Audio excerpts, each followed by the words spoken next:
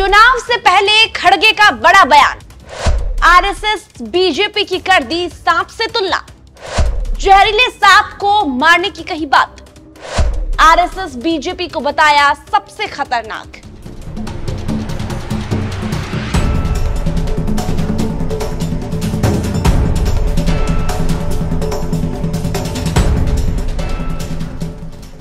नमस्कार, NMF news देख रहे हैं आप और मैं हूं आपके साथ बागीशा पांडे। महाराष्ट्र में चुनाव प्रचार का जो आखिरी दिन है और चुनाव से ठीक पहले राजनीतिक नेताओं के बयानबाजी को लेकर सियासी पारा हाई है। ऐसे में जहां देवेंद्र फडणवीस ने वोट जिहाद का मुद्दा उठाया तो पीएम मोदी ने कांग्रेस नेता राहुल गांधी को सावरकर की जय बोलने का खुला चैलेंज दिया। लेकिन सियासी गलियारों में भूचाल तब आ गया जब मल्लिकार्जुन खड़गे ने चुनाव प्रचार खत्म होने के ठीक एक दिन पहले आरएसएस और बीजेपी की तुलना जहरीले सांप से कर दी। सबसे खतरनाक अगर कोई चीज इस देश में पॉलिटिकली है तो वो बीजेपी और आरएसएस। ये तो जहर के जैसा है। जहर मालूम है ना आपको? ये जहर सांप अगर एक बार काटा तो खत्म आदमी होता है, जहरीला सांप। तो इसलिए ये जहरीले सांप को आप मार देना चाहिए। ऐसे लोगों को दूर रखना चाहिए। खड़गे महाराष्ट्र के सांगली विधानसभा में चुनाव प्रचार करने गए थे। इसी दौरान खड़गे ने आरएसएस बीजेपी को जहर बताते हुए कहा, राजनीतिक रूप से सबसे खतरनाक बताया। तो वहीं बीजेपी नेताओं के प्रचार करने पर भी खड़गे ने सवाल उठाते हुए कहा कि जितने नेता बीजेपी के यहाँ प्रचार कर रहे हैं उतने तो उम्मीदवारों की संख्या भी नहीं है। और यहाँ पर बीजेपी बहुत बातें बोल के गए होंगे और बीजेपी के तो इतने नेता लोग आ रहे हैं। जितने सीट महाराष्ट्र में है उससे ज्यादा लीडर लोग यहां घूम रहे, मंत्री लोग घूम रहे। महाराष्ट्र में प्रधानमंत्री तो कई बार आए, होम मिनिस्टर आए। आपको बता दें, मोदी के साथ अब तो विपक्षी नेताओं के निशाने पर सीएम योगी भी कुछ ज्यादा ही आ गए हैं। यहां तक कि योगी का प्रचार करना भी खड़गे को इस कदर पसंद नहीं आ रहा है कि झांसी कांड के बाद खड़गे ने यहां तक कह दिया कि योगी को पता नहीं क्या हो गया है।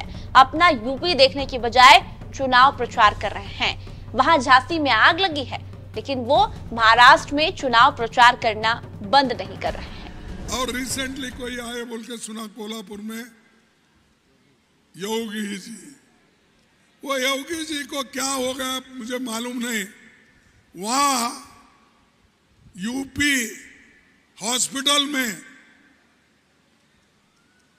झांसी की लक्ष्मी मेडिकल कॉलेज में आग लग के 10 बच्चे मर गए। ऐसा हादसा हुआ लेकिन उनका महाराष्ट्र में घूमना बंद नहीं हुआ। खड़गे के इस बयान पर दिल्ली तक बवाल हो गया है। बीजेपी प्रवक्ता प्रदीप भंडारी ने खड़गे पर पलटवार किया और कहा, खड़गे का ये बयान बीजेपी को सपोर्ट करने वालों के खिलाफ है। देखिए, मल्लिकार्जुन खड़गे जी का बयान, कांग्रेस प्रेसिडेंट का बयान लोगों को महाराष्ट्र में भाजपा और भाजपा के सपोर्टर्स के खिलाफ इंसाइट करने का है। ये ओपन कॉल टू वायलेंस है। इस बयान को अगर आप रिलेट करेंगे सज्जाद नुमानी के बयान से, जिसने कहा था कि सोशली बॉयकॉट कर देना चाहिए जितने भी लोग महाविनाश अघाड़ी को सपोर्ट नहीं कर रहे।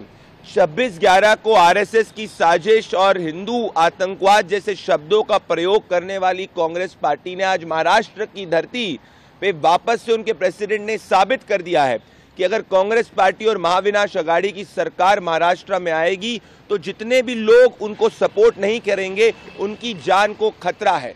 भारत के संविधान की धारा आर्टिकल 21 राइट टू लाइफ की बात करती है। कांग्रेस पार्टी के महाराष्ट्र के अंदर अगर सरकार में आती है, लोगों के जीने के अधिकार को खतरा है। महाराष्ट्र के अंदर खड़गे जी का बयान इंसाइटफुल है, इस पर इलेक्शन कमीशन को संज्ञान लेना चाहिए, इस बयान के ऊपर कार्रवाई करनी चाहिए, क्योंकि अपने राजनीतिक प्रतिद्वंदियों को जहरीला सांप कहकर उनके खिलाफ लोगों को भड़काना और कहना कि उनको मार देना चाहिए, मतलब ये इमरजेंसी वाली माइंडसेट है, ये हिटलरशाही है, ये तालिबानी सोच है। इसका हम खंडन करते हैं और इलेक्शन कमीशन से उम्मीद करते हैं कि कड़ी कार्रवाई हो। इससे पहले भी खड़गे ने बीजेपी को आतंकी पार्टी बताया था और कहा था बीजेपी के कार्यकर्ता हिंसा और मारपीट करते हैं, SC/ST पर अत्याचार करते हैं। बहरहाल महाराष्ट्र और झारखंड में आज चुनाव प्रचार का आखिरी दिन है। अब इंतजार है कि तमाम राजनीतिक दल सियासी गलियारों में और क्या नया शिगुफा छोड़कर जाते हैं। आपको भी लगता है कि खड़गे का दिया गया ये बयान बीजेपी और RSS पर बिल्कुल गलत है? तो आप अपनी राय जरूर रखिए, क्योंकि खड़गे ने ये जो बयान दिया है वो चुनाव प्रचार खत्म होने के ठीक एक दिन पहले दिया है, जिससे महाराष्ट्र की राजनीति में भूचाल आ गया है।